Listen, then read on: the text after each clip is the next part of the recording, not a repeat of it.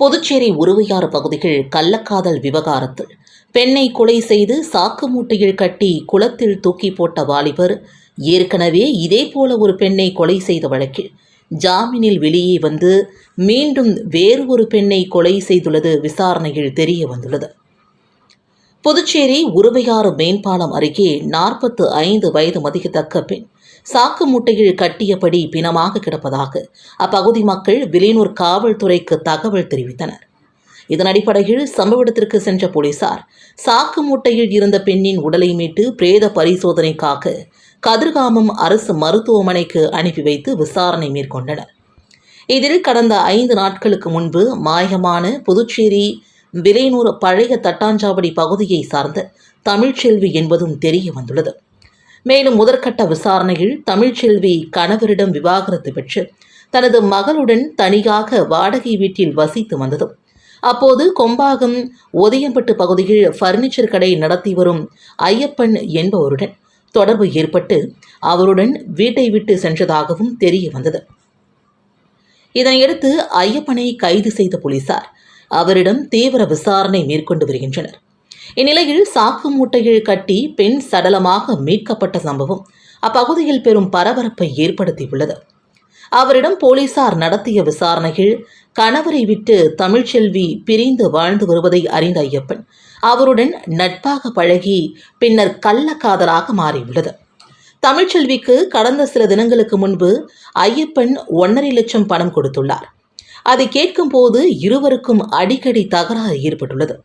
சம்பவத்தன்று இருவருக்கும் இடையே மீண்டும் பணம் தகராறு ஏற்பட்டுள்ளது. இதனால் ஆத்திரமடைந்த ஐயப்பன் தமிழ்ச்செல்வியை அடித்து கழுத்தை நெரித்த போது தமிழ்ச்செல்வி உயிரிழந்திருக்கிறார்.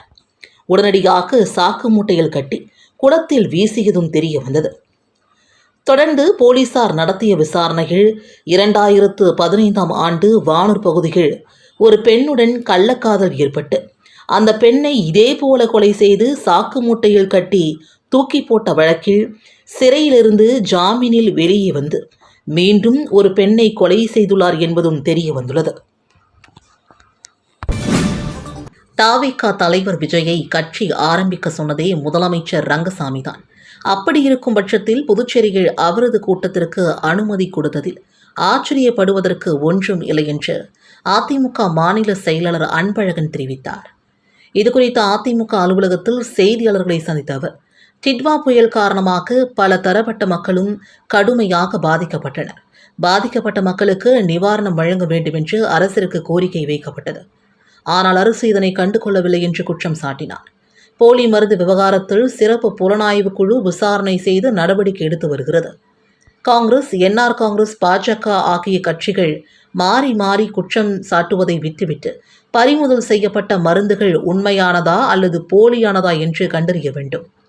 இது சம்பந்தமாக சுகாதாரத்துறை பொறுப்பு வகிக்கும் முதலமைச்சர் ரங்கசாமி போலி மருந்து குறித்து விரிவான அறிக்கையை வெளியிட வேண்டும் என்றார். புதுச்சேரி மாநிலத்திற்கு சம்பந்தமே இல்லாத சிலர் குற்ற பின்னணி உள்ளவர்கள் அறக்கட்டளை என்ற பெயரில் மக்களுக்கு பல்வேறு நலத்திட்ட உதவிகளை செய்து வருகிறார்கள். இதனை வைத்து தேர்தலில் அரசியல் ஆதாயம் தேடும் நோக்கத்தோடு செயல்பட்டு வருகின்றனர். அறக்கட்டளை என்ற பெயரில் கோடிக்கணக்கான ரூபாய் செலவு செய்யும் இவர்களை மத்திய அரசு கண்காணிக்க வேண்டும் என்று வலியுறுத்தினார். தாவேகா தலைவர் விஜய்க்கு இளைஞர்கள் மத்தியில் செல்வாக்கு உள்ளது. ஆனால் புதுச்சேரியில் 12 நிமிடம் உரையாற்றிய அவருடைய பேச்சில் தெளிவுகள் இல்லை. புதுச்சேரி பற்றி புரிதல் இல்லை. மத்திய அரசு நிதி உதவி, சுற்றுலா பயணிகளுக்கு கழிவறை வசதி, ரேஷன் கடை உள்ளிட்ட அனைத்து வசதியும் புதுச்சேரியில் உள்ளது. ஆனால் இது சம்பந்தமாக விஜய் பேசிய அனைத்து கருத்துக்களும் விமர்சனத்திற்கு உள்ளாக்கப்பட்டுள்ளது. இது சம்பந்தமாக விஜய் பேசியதில் அவருக்கு புரிதல் இல்லை என்பதையே காட்டுகிறது. முதலமைச்சர் ரங்கசாமியை விமர்சனம் செய்வதற்கு பதிலாக மத்திய அரசை விமர்சனம் செய்துவிட்டு சென்றிருக்கிறார் என்று குறிப்பிட்ட அன்பழகன், தமிழகத்தில் விஜய் பேசுவதற்கு அனுமதி இல்லை என்ற நிலையில் விஜயை கட்சி ஆரம்பிக்க சொன்னதே ரங்கசாமி தான். அப்படி இருக்கும் பட்சத்தில் புதுச்சேரி அரசு அனுமதி கொடுத்ததில் ஆச்சரியப்படுவதற்கு இல்லை என்றார். நீதிபதி GR சுவாமிநாதன் பதவி நீக்க விவகாரத்தில் வைத்திலிங்கத்தின் உருவ பொம்மையை சவப்பாடையில் எடுத்து வந்து பாஜகவினர் தீ வைத்து எரித்ததும், மோடியின் உருவப்படத்தை காங்கிரஸ் கட்சியினர் கிழித்தும் மாறி மாறி போராட்டத்தில் ஈடுபட்டதால் புதுச்சேரியில் பரபரப்பு நிலவியது. திருப்பரங்குன்றம் விவகாரத்தில் நீதிபதி GR சுவாமிநாதனை பதவி நீக்கம் செய்ய வலியுறுத்தி மக்களவை சபாநாயகர் ஓம் பிர்லாவிடம் இந்தியா கூட்டணியை சார்ந்த 120 எம்பிக்கள் கையெழுத்து போட்டு மனு அளித்தனர். இதில் புதுச்சேரி மாநிலத்தை சார்ந்த எம்பியான வைத்திலிங்கம் நீதிபதியை பதவி நீக்கம் செய்ய வலியுறுத்தி முதல் கையெழுத்திட்டார். இந்நிலையில் இந்து மக்களுக்கு எதிராக கையெழுத்து போட்ட MP பதவி விலக வலியுறுத்தி புதுச்சேரி பாஜகவினர் காமராஜர் சிலை அருகே மாநில தலைவர் ராமலிங்கம் தலைமையில் ஆர்ப்பாட்டத்தில் ஈடுபட்டனர். தொடர்ந்து MP வைத்திலிங்கத்தின் உருவப்படத்தை சவப்பாடையில் எடுத்து வந்து தீ வைத்து எரித்தனர். மேலும் இதனை தடுக்க முயன்ற போலீசாருக்கும் போராட்டக்காரர்களுக்கும் இடையே கடுமையான தள்ளுமுள்ளு வாக்குவாதம் ஏற்பட்டது. பாஜகவினர் போராட்டத்திற்கு எதிர்ப்பு தெரிவித்து முன்னாள் முதலமைச்சர் நாராயணசாமி தலைமையில் காங்கிரஸ் அலுவலகத்திலிருந்து BJP நடத்தும் போராட்ட இடத்திற்கு செல்ல முயன்றனர். அப்போது அவர்களை அண்ணா சாலையில் போலீசார் தடுப்பு கட்டை அமைத்து தடுத்தனர். இதனால் அவர்கள் அங்கேயே BJP-யினரை கண்டித்து கண்டன கோஷங்களை எழுப்பினார்கள். தொடர்ந்து கையில் வைத்திருந்த மோடி உருவப்படத்தை கிழித்து எறிய முயன்றதால் பரபரப்பு நிலவியது. BJP-யினரை கண்டித்து காங்கிரஸ் கட்சியினரும், காங்கிரஸ் கட்சியினரை கண்டித்து BJP-யினரும் மாறி மாறி போராட்டத்தில் ஈடுபட்டதால் புதுச்சேரியில் பதட்டமான சூழல் உருவானது.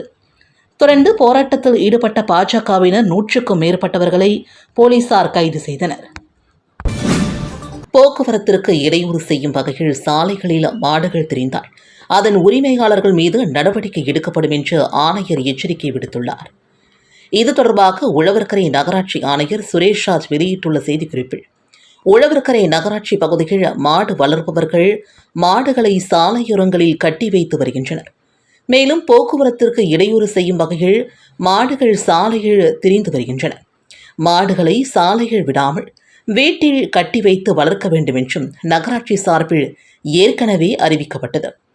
தொடர்ந்து மாடுகளை பராமரிக்காமல் 45வது சாலையில் சுற்றித் திரிந்த மாடுகளை ஊழியர்கள் பிடித்து சென்றனர். மாட்டின் உரிமையாளர்கள் 4 பேர் மீது போலீசில் புகார் அளிக்கப்பட்டு வழக்கும் பதிவு செய்யப்பட்டது.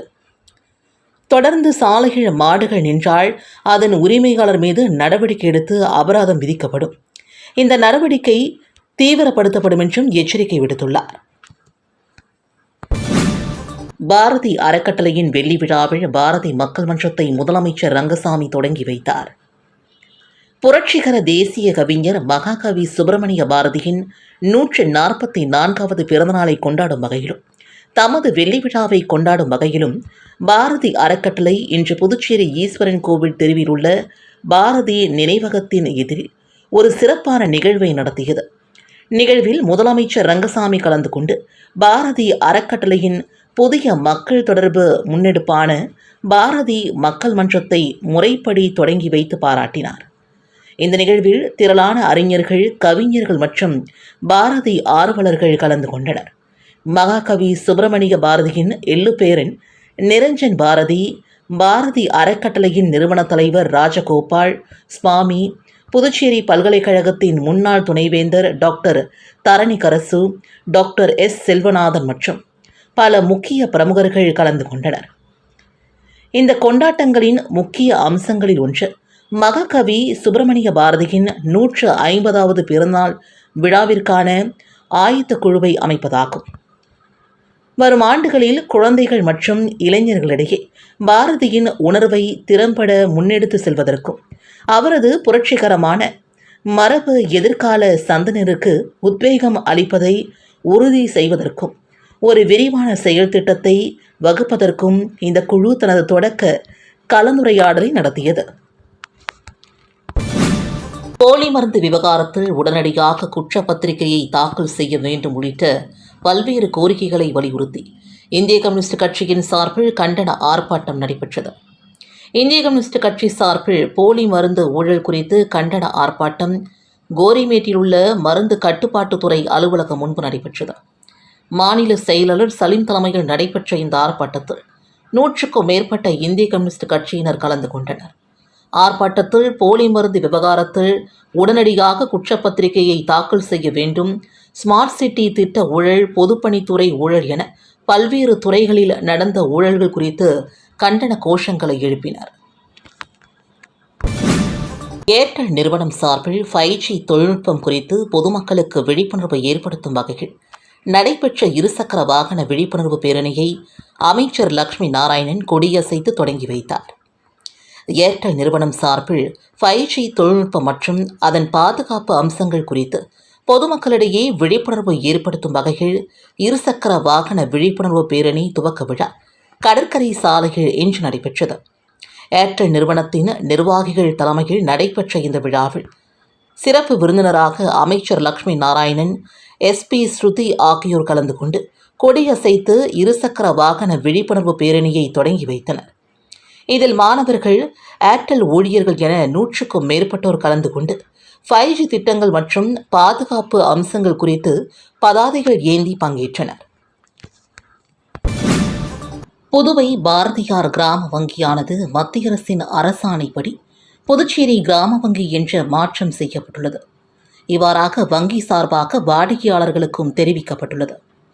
இந்தியாவில் உள்ள அனைத்து கிராம வங்கிகளின் பெயரையும் வங்கியின் சின்னத்தையும் நிலைப்படுத்தும் விதமாக மத்திய அரசானது கடந்த அக்டோபர் மாதம் 24ஆம் தேதியன்று வெளியிடப்பட்ட அரசாணையில் அந்தந்த மாநிலத்தின் பெயரை தொடர்ந்து கிராம வங்கி என்ற பெயரில் அழைக்கப்படும் என்றும், இந்த அரசாணையின்படி புதுவை பாரதியார் கிராம வங்கி இனி புதுச்சேரி கிராம வங்கியாக பெயர் மாற்றம் செய்யப்பட்டுள்ளது.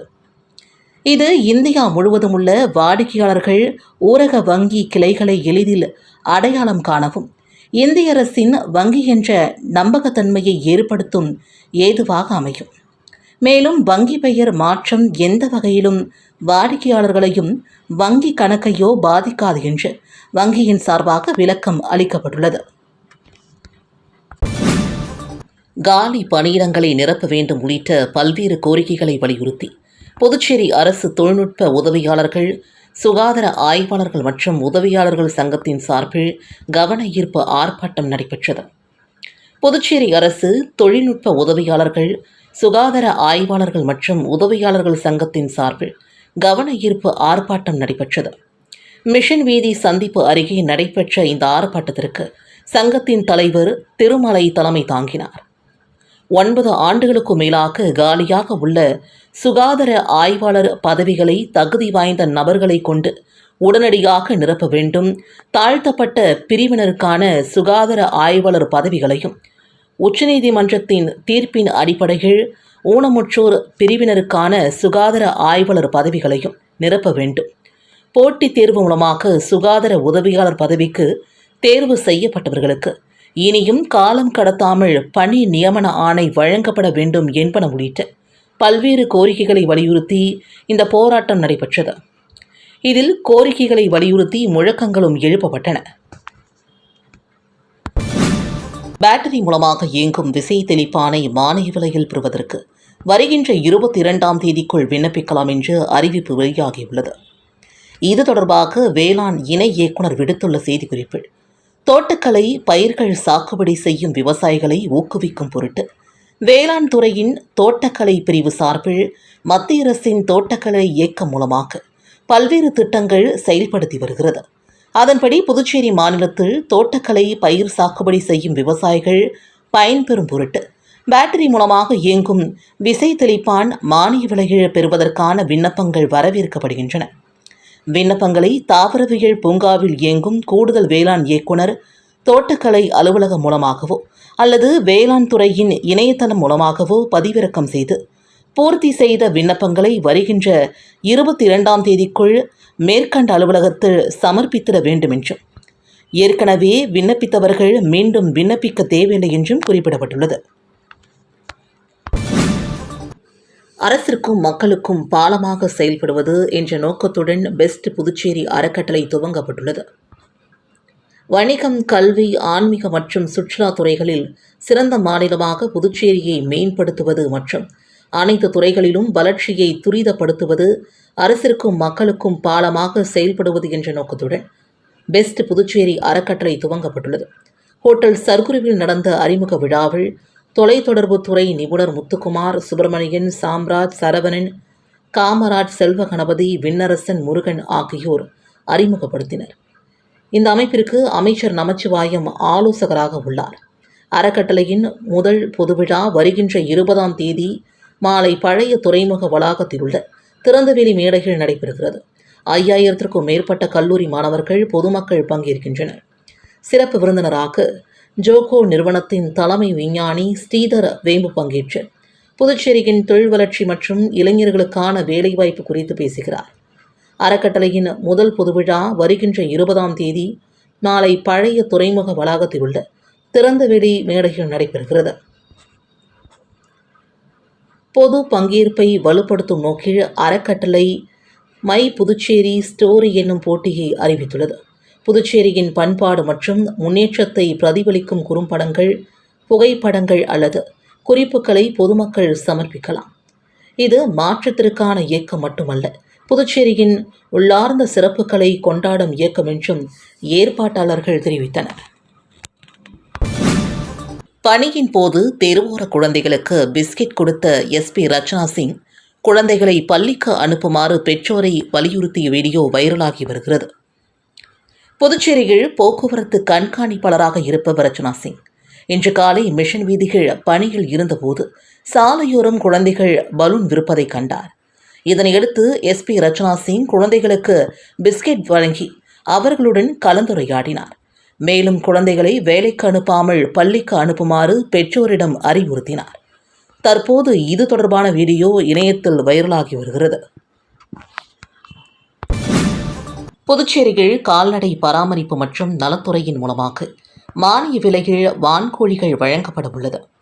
இதுகுறித்து கால்நடைத்துறை இயக்குநர் அலுவலகம் விடுத்துள்ள செய்திக்குறிப்பில், புதுச்சேரி அரசு கால்நடை பராமரிப்பு மற்றும் நலத்துறையின் கீழ் புதுச்சேரி மற்றும் காரைக்காலில் செயல்பட்டு வரும் கால்நடை மருத்துவமனைகளில் வான்கோழி வளர்ப்பு திட்டத்தின் கீழ் 6 வார வான்கோழிகள் 50% மானிய விலையில் பயனாளிகளுக்கு வழங்கப்பட உள்ளது. ஆகையால் விவசாயிகள் மற்றும் வான்கோழி வளர்ப்போர் தங்களது பகுதியை சார்ந்த கால்நடை மருத்துவமனையை அணுகி விண்ணப்பித்து பயன்பெறுமாறு அறிவுறுத்தப்படுகிறது. விரினூர் ஜவஹர் வித்யா நிகேதன் மேல்நிலைப் பள்ளியில் பாரதியார் பிறந்தநாள் விழா கொண்டாடப்பட்டது. விரினூர் சிவகணபதி நகரில் அமைந்துள்ள ஜவஹர் வித்யா நிகேதன் மேல்நிலைப் பள்ளியில் பாரதியார் விழா நடைபெற்றது. விழாவிற்கு பள்ளியின் நிர்வாகியும் புதுவை சுயநிதி தனியார் பள்ளி சங்கங்களின் கூட்டமைப்பின் பொதுச் செயலருமான முனைவர் ராமசிவராஜன் தலைமை தாங்கி தலைமை உரையாற்றினார்.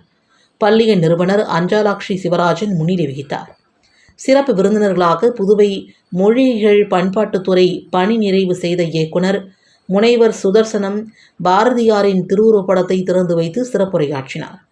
புதுவை சுயநிதி தனியார் பள்ளிகளின் சங்கங்களின் கூட்டமைப்பின் தலைவர் முனைவர் ரங்கநாதன் குத்துவிளக்கேற்றி விழாவினை தொடங்கி வைத்தார். வாழ்த்துரையும் வழங்கினார். 9ஆம் வகுப்பு 11 மற்றும் 4ஆம் வகுப்பு 5ஆம் வகுப்பு மாணவ செல்வங்கள் வழங்கிய பாரதியின் கவிதைகள் ஒட்டிய பல்சுவை நிகழ்ச்சியும் நடைபெற்றது. விழாவில் பாரதியார் பற்றிய வீர உரைகளை தமிழ், ஆங்கிலம், ஹிந்தி மொழிகள் நிகழ்த்தினர். பாடல்களை இசையமைத்தனர். பாஞ்சாலியாகவும் பாரதியார்களாகவும் மாறுவேடத்தில் தோன்றி பாரதியார் கவிதைகளை நெஞ்சங்களில் நிரப்பினர். பாரதி வாழ்க்கை பற்றிய வில்லுப்பாட்டும், விடுதலை கும்மி, கிராமிய நடனம் மற்றும் சிறப்பான பரதநாட்டியங்களும் நடைபெற்றன. கலந்துரையாடல் மற்றும் நாடகம் அனைத்தும் பாரதி வாழ்க்கை மற்றும் அவரது கவிதைகளை மையப்படுத்தி நிகழ்ந்தன. நன்றியுரை பள்ளியின் முதல்வர் சாந்தி வழங்கினார். மாணவ கண்மணிகளின் நடன நிகழ்ச்சி, இசை, நாடகம், வில்லுப்பாட்டு, கலந்துரையாடல் போன்ற அனைத்தையும் ஆசிரியர் பெருமக்கள் செய்திருந்தனர். இந்த விழாவிற்கான ஏற்பாடுகளை அலுவலக ஊழியர்கள் மற்றும் ஓட்டுநர்கள் செய்திருந்தனர். நிர்வாக நாட்டுப்பண்ணுடன் இனிதே விழா நிறைவு பெற்றது. புதுவையில் போலி மருந்து தொழிற்சாலையை கண்டித்து காரைக்காலில் போராளிகள் குழு சார்பில் 200க்கும் மேற்பட்டோர் புதுச்சேரி அரசுக்கு எதிராக கண்டன பேரணியில் ஈடுபட்டனர். புதுச்சேரியில் கோடிக்கணக்கான போலி மருந்துகள் பிடிப்பட்ட சம்பவம் மாநிலம் முழுவதும் பரபரப்பை ஏற்படுத்திய நிலையில் போலி மருந்து தொழிற்சாலையை கண்டித்தும் இது தொடர்பாக புதுச்சேரி அரசு விசாரணை நடத்த வலியுறுத்தியும் இன்று காரைக்கால் மாவட்டத்தில் போராளிகள் குழு சார்பில் மாவட்ட ஆட்சியர் அலுவலகத்தை நோக்கி கண்டன பேரணியில் ஈடுபட்டனர். அப்போது 200க்கும் மேற்பட்ட போராளிகள் குழுவை சார்ந்தவர்கள் புதிய பேருந்து நிலையத்திலிருந்து மாவட்ட ஆட்சியர் அலுவலகத்தை நோக்கி கண்டன பேரணியில் ஈடுபட்டனர். முன்னதாக கண்டன பேரணிகள் புதுச்சேரியில் போலி மருந்து தொழிற்சாலைகளை கண்டித்து கண்டன கோஷங்களை எழுப்பி ஆர்ப்பாட்டத்தில் ஈடுபட்டனர். அமைச்சர் நமச்சிவாயத்திற்கு அரியூர் பகுதிகள் நம்மவரின் தீவிர விசுவாசி முருகப்பன் தலைமையில் உற்சாக வரவேற்பு அளிக்கப்பட்டது.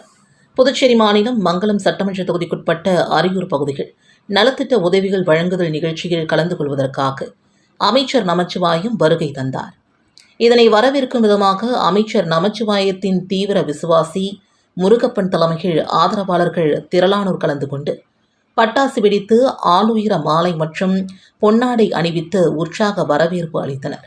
நிகழ்ச்சிக்கான ஏற்பாட்டினை அரியூர் பகுதியை சார்ந்த நம்மவரின் விசுவாசி முருகப்பன் தலைமையில் ஆதரவாளர்கள் வெகு சிறப்பான முறையில் ஏற்பாடு செய்திருந்தனர். சூப்பர் ஸ்டார் ரஜினிகாந்தின் 75வது பிறந்தநாள் விழா வில்லியனூர் அண்ணா சிலை அருகே அன்புள்ள ரஜினிகாந்த் ரசிகர் மன்றத்தின் சார்பாக அன்னதானம் மற்றும் நலத்திட்ட உதவிகள் வழங்கி வெகு சிறப்பாக கொண்டாடப்பட்டது. சூப்பர் ஸ்டார் ரஜினிகாந்த் அவர்களின் 75வது பிறந்தநாள் விழா வில்லியனூர் அன்புள்ள ரஜினிகாந்த் ரசிகர் நற்பணி மன்றத்தின் சார்பில் முப்பெரும் விழாவாக வில்லியனூர் அண்ணா சிலை அருகில் கொண்டாடப்பட்டது. இதில் அன்புள்ள ரஜினிகாந்த் ரசிகர் நற்பணி மன்றத்தின் 40வது ஆண்டு விழா, கலை உலகில் ரஜினிகாந்த் 50வது ஆண்டு விழாவை முன்னிட்டு வில்லியனூர் அன்புள்ள ரஜினிகாந்த் மன்றத்தின் சார்பில் 200 பேருக்கு அன்னதானமும் 100 மாணவ மாணவிகளுக்கு நோட்டு புத்தகம், பென்சில், பேனா, ஸ்கேல் ஆகியவையும் 75 நபர்களுக்கு துண்டு, பிஸ்கெட் மற்றும் இனிப்பு ஆகியவை வழங்கப்பட்டது. சூப்பர் ஸ்டார் ரஜினிகாந்த் 75வது பிறந்தநாளை முன்னிட்டு புதுச்சேரி தலைமை ரசிகர் மன்றம் சார்பில் அருள்மிகு மணக்குள விநாயகர் கோவிலில் தங்கத்தேர் இழுத்து சிறப்பு வழிபாடு நடத்தப்பட்டது. சூப்பர் ஸ்டார் ரஜினிகாந்தின் 75வது பிறந்தநாளை முன்னிட்டு புதுச்சேரி ரஜினிகாந்த் தலைமை ரசிகர் மன்றம் சார்பில் பல்வேறு நிகழ்ச்சிகளுக்கு ஏற்பாடு செய்யப்பட்டுள்ளது. இதன் ஒரு பகுதியாக இன்று சூப்பர் ஸ்டார் ரஜினிகாந்த் நலமுடன் அனைத்து செல்வங்களும் பெற்று நோய் நொடியின்றி வாழ வேண்டும் என்று வேண்டி புதுச்சேரி அருள்மிகு மணக்குள விநாயகர் கோவிலில் சிறப்பு அபிஷேகம் மற்றும் ஆராதனைகளை நடைபெற்று தங்கத்தேர் இழுத்து சிறப்பு வழிபாடு நடத்தப்பட்டது. தொடர்ந்து கோவிலில் பக்தர்களுக்கு அன்னதானமும் வழங்கப்பட்டது. இந்த நிகழ்ச்சியில் புதுச்சேரி ரஜினிகாந்த் தலைமை ரசிகர் மன்றத்தை சார்ந்த 100க்கும் மேற்பட்ட ரசிகர்கள் கலந்து கொண்டு சிறப்பு வழிபாடு நடத்தினார்கள். மேலும் இன்று வெளியாக உள்ள படையப்பா திரைப்படத்திற்கு இலவச சிறப்பு காட்சிகளும் ரஜினிகாந்த் ரசிகர் மன்றம் சார்பில் ஏற்பாடு செய்யப்பட்டுள்ளது. மணவெளி தொகுதியில் ரூபாய் 55.36 லட்சம் செலவில் சாலை அமைக்கும் பணியினை சபாநாயகர் செல்வம் துவக்கி வைத்தார். மணவெளி தொகுதி பூர்ணாங்குப்பம் வடக்கு தெருவில் ரூபாய் 23.76 லட்சம் செலவில் சிமெண்ட் சாலை, பெருமாள் கார்டனில் ரூபாய் 5 லட்சம் செலவில் தார் சாலை அமைக்கப்பட உள்ளது. புதுக்குப்பம் மீனவ கிராமத்தில் ரூபாய் 17.60 லட்சம் செலவிலும், நலவாடு கிராமத்தில் ரூபாய் 9 லட்சம் செலவில் சிமெண்ட் சாலை அமைக்கப்பட உள்ளது.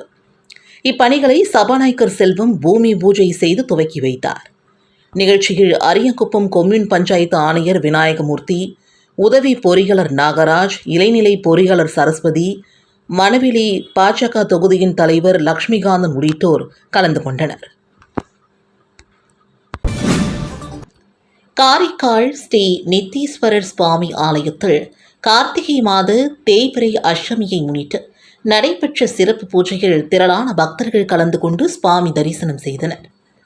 காரைக்கால் அடுத்த நித்தீஸ்வரம் பகுதியில் அமைந்துள்ள பிரசித்தி பெற்ற அருள்மிகு ஸ்ரீ நித்திய கல்யாணி சமேத ஸ்ரீ நித்தீஸ்வரர் சுவாமி ஆலயத்தில் கார்த்திகை மாத தேய்பிறை அஷ்டமியை முன்னிட்டு ஸ்ரீ பைரவி உடனுரை கால பைரவருக்கு சிறப்பு யாகம், அபிஷேக ஆராதனைகள் நடைபெற்றது. ஸ்ரீ நித்தீஸ்வரர் ஆலயத்தில் எழுந்தருளி உள்ள ஸ்ரீ ஸ்வர்ணகர்ஷண பைரவருக்கு சிறப்பு யாகம் நடைபெற்றது. மஞ்சள், பால், தயிர், தேன், பழங்கள், சந்தனம் உள்ளிட்ட பல்வேறு திரவியங்களால் அபிஷேகமும் நடைபெற்றது. தொடர்ந்து யாகத்தில் பூஜிக்கப்பட்ட புனித நீர் அடங்கிய கலசங்களை சிவாச்சாரியர்கள் ஏந்தி ஆலயத்தை வலம் வந்து புனித நீராலும் மகா அபிஷேகம் நடைபெற்றது. தொடர்ந்து முத்தங்கி அலங்காரமும் செய்விக்கப்பட்டு ஸ்ரீ பைரவருக்கு சகஸ்கர நாமம் அர்ச்சனை மற்றும் மகா தீபார்த்தனையும் நடைபெற்றது. தேய்பிறை அஷ்டமி பூஜையில் திரளான பக்தர்கள் கலந்து கொண்டு பைரவரை வழிபட்டனர்.